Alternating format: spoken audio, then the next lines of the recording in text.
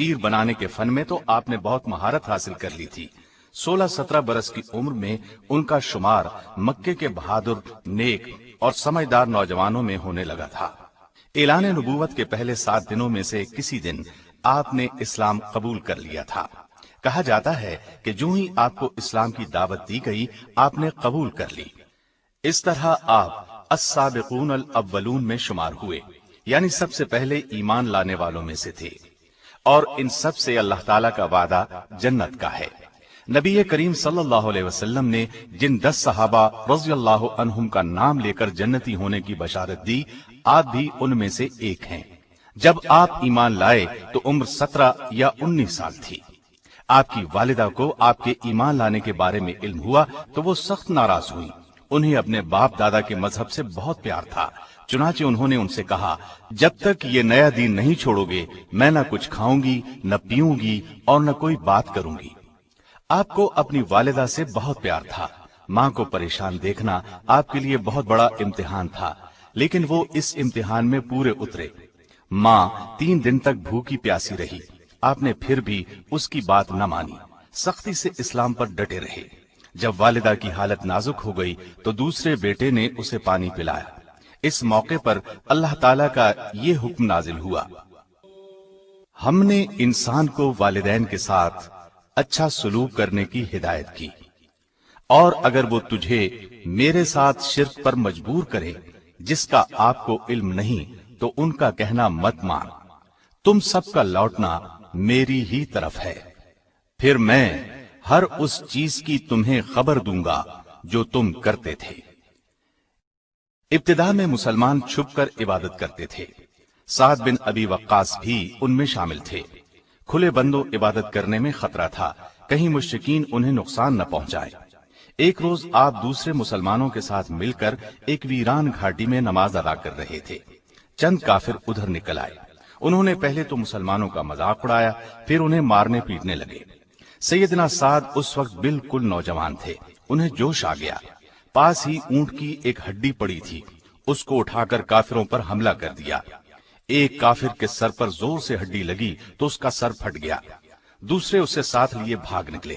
کہا جاتا ہے سیدنا سعد پہلے شخص ہیں جنہوں نے اللہ کے دین کی خاطر کسی کافر کا خون بہایا۔ نبوت کے 6 سال کے آخر میں مکے کے کافروں نے فیصلہ کیا کہ جب تک ابو طالب اپنے بھتیجے کو ان کے حوالے نہیں کرے گا اس وقت تک بنو ہاشم سے کوئی شخص کسی قسم کا تعلق نہیں رکھے گا، نہ ان سے شادی بیاہ کرے گا، نہ انہیں کھانے پینے کی کوئی چیز فروخت کرے گا، نہ کوئی اور لین دین کرے گا۔ انہوں نے یہ فیصلہ لکھ کر کعبے کے دروازے پر لگا دیا۔ ابو طالب کو پتا چلا تو نبی کریم صلی اللہ علیہ وسلم کے دشمن ابو لہب اور اس کے گھر والوں کے سوا باقی خاندان کے سب لوگوں کو شیب ابی طالب میں لے گئے۔ قریش کے خاندان بنو مطلب نے بھی ان کا ساتھ دیا۔ یہ سب لوگ نبی کریم صلی اللہ علیہ وسلم کے ساتھ 7 ہجری نبوت سے لے کر 10 ہجری نبوت تک وہاں رہے۔ یہ دور انتہائی سختیوں کا دور تھا، زبردست تکالیف کا دور تھا۔ کھانے کی کوئی چیز ان تک پہنچنے نہیں دی جاتی تھی، درختوں کے پتے تک کھانے کی نوبت آئی۔ اس پابندی میں سیدنا سعد کے خاندان بنو زہرہ پر کوئی پابندی نہیں تھی، لیکن نبی کریم صلی اللہ علیہ وسلم کا ساتھ دینے کے لیے سیدنا سعد بھی آپ کے ساتھ اس گھاٹی میں رہے۔ ان کا اپنا بیان ہے کہ ایک رات سوکھے چمڑے کا ایک ٹکڑا کہیں سے مل گیا، میں نے اسے پانی سے دھویا، آگ پر بھونا، کوٹ کر پانی میں گھولا اور ستو کی طرح پی کر پیٹ کی آگ بجھائی۔ 3 سال بعد کفار میں سے کچھ اچھے لوگوں کو ان پر رحم آ گیا، انہوں نے کعبے جا کر معاہدے کو پھاڑ ڈالا۔ یہ بھی کہا جاتا ہے کہ اس معاہدے کے کاغذ کو دیمک چاٹ گئی تھی۔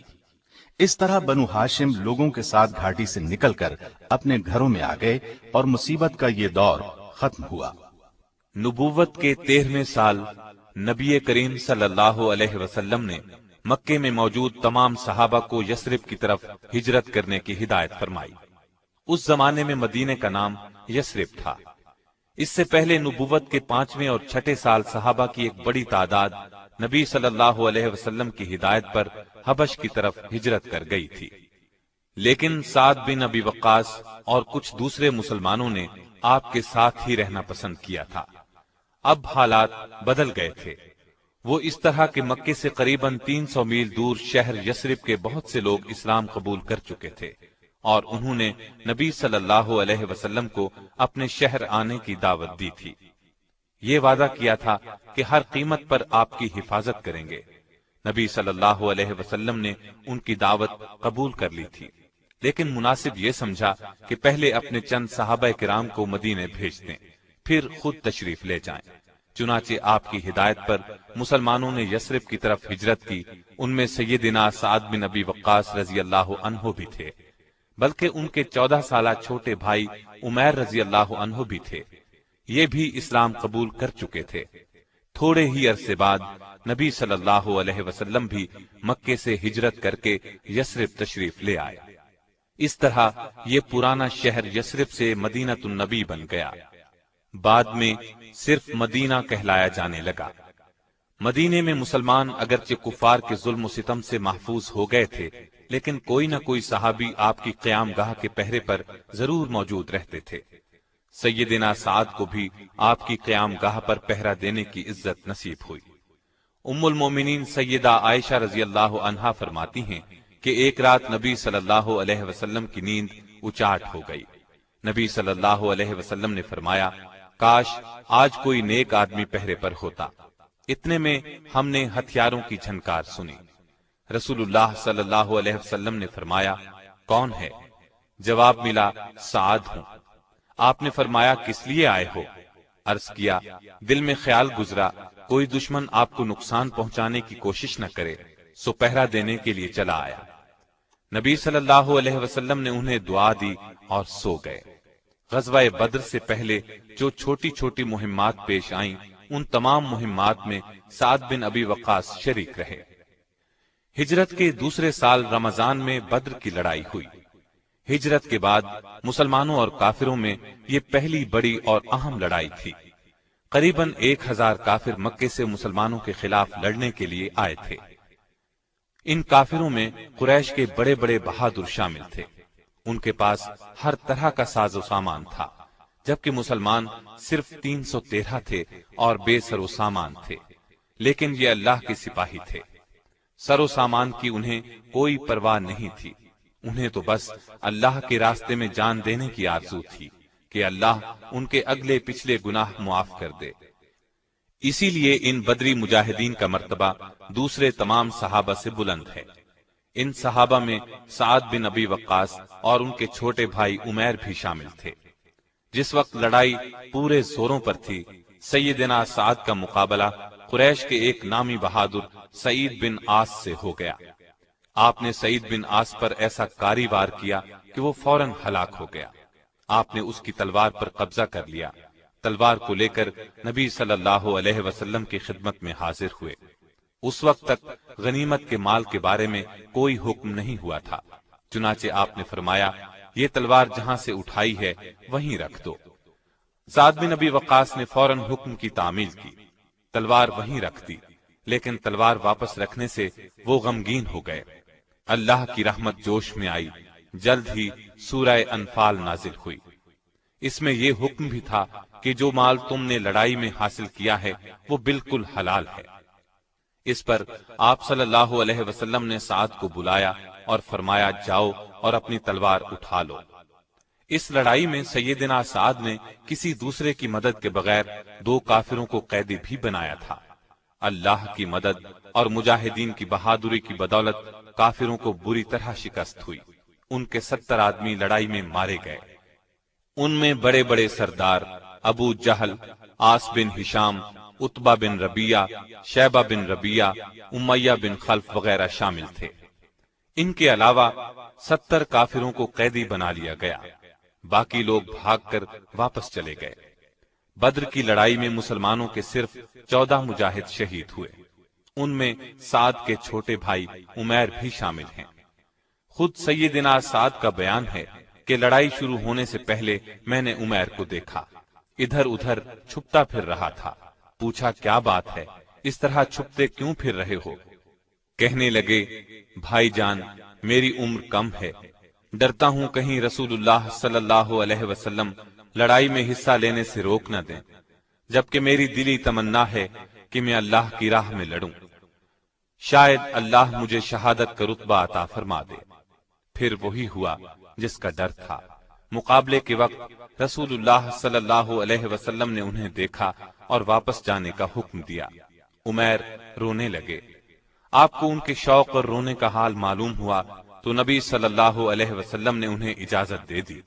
سیدنا سعد فرماتے ہیں، اب صورتحال یہ بنی کہ عمیر کا قد چھوٹا تھا اور تلوار بڑی، پھر بھی بڑی بہادری سے لڑے اور آخرکار کافروں کے مشہور پہلوان عمرو بن عبد ود کے ہاتھوں شہادت پائی۔ اس طرح ان کی دلی تمنا پوری ہو گئی۔ آپ کو ان سے بہت محبت تھی۔ ان کے شہید ہونے پر بہت غمگین ہوئے، لیکن انا للہ و انا الیہ راجعون پڑھ کر خاموش ہو گئے۔ احد کی لڑائی میں کافر 3000 تھے، جبکہ نبی کریم صلی اللہ علیہ وسلم کے ساتھی 700 تھے۔ ان میں سیدنا سعد بھی تھے۔ اس لڑائی سے ایک دن پہلے سیدنا سعد رسول اللہ صلی اللہ علیہ وسلم کے ایک اور پیارے صحابی عبداللہ بن جہش رضی اللہ عنہ کے ساتھ بیٹھے تھے۔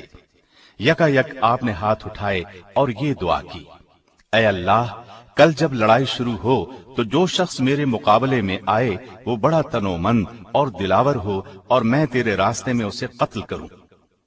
ان کی اس دعا پر عبداللہ بن جہش نے آمین کہی، پھر خود ہاتھ اٹھا کر یہ دعا مانگی، اے اللہ، میرے مقابلے پر ایسا دشمن آئے جو بڑا طاقتور اور بہادر ہو، میں تیری راہ میں اس سے لڑوں یہاں تک کہ وہ مجھے قتل کر دے، میرے ناک، کان اور ہونٹ کاٹ لے۔ جب میں تجھ سے ملوں اور تو مجھ سے پوچھے تیرے ناک، کان اور ہونٹ کیوں کاٹے گئے تو میں عرض کروں، اے اللہ، تیرے لیے کاٹے گئے۔ دوسرے دن احد کے میدان میں جب لڑائی شروع ہوئی تو یہ دونوں بہت بے جگری سے لڑے۔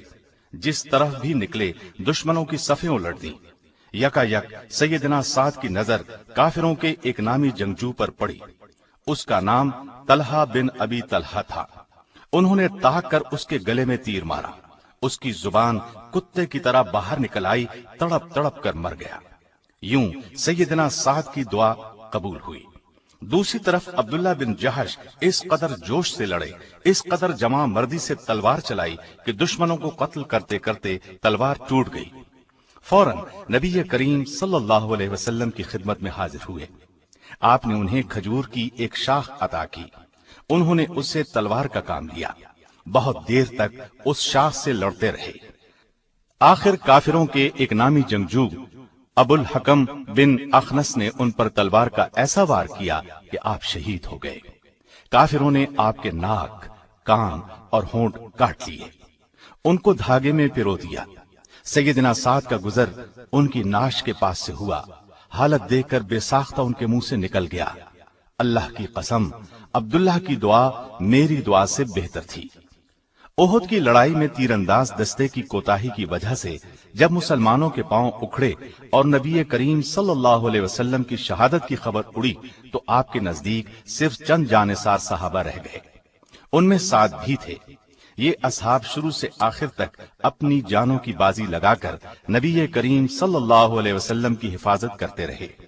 دشمن کے جو آدمی آپ کی طرف بڑھتے یہ جانثار انہیں بھگا دیتے۔ سیدنا سعد کو تیر چلانے میں بہت مہارت حاصل تھی۔ آپ نبی کریم صلی اللہ علیہ وسلم کے سامنے کھڑے ہو گئے اور تیر چلانے لگے۔ آپ صلی اللہ علیہ وسلم اپنے ترکش میں سے تیر نکال نکال کر انہیں دیتے جاتے تھے اور فرماتے جا رہے تھے، اے سعد، تیر چلا، میرے ماں باپ تجھ پر قربان ہوں۔ سیدنا علی رضی اللہ عنہ فرماتے ہیں، میں نے سعد کے سوا کسی اور کے حق میں ایسے الفاظ رسول اللہ صلی اللہ علیہ وسلم کی زبان مبارک سے نہیں سنے۔ کہا جاتا ہے احد کی لڑائی میں سعد نے 1000 تیر چلائے۔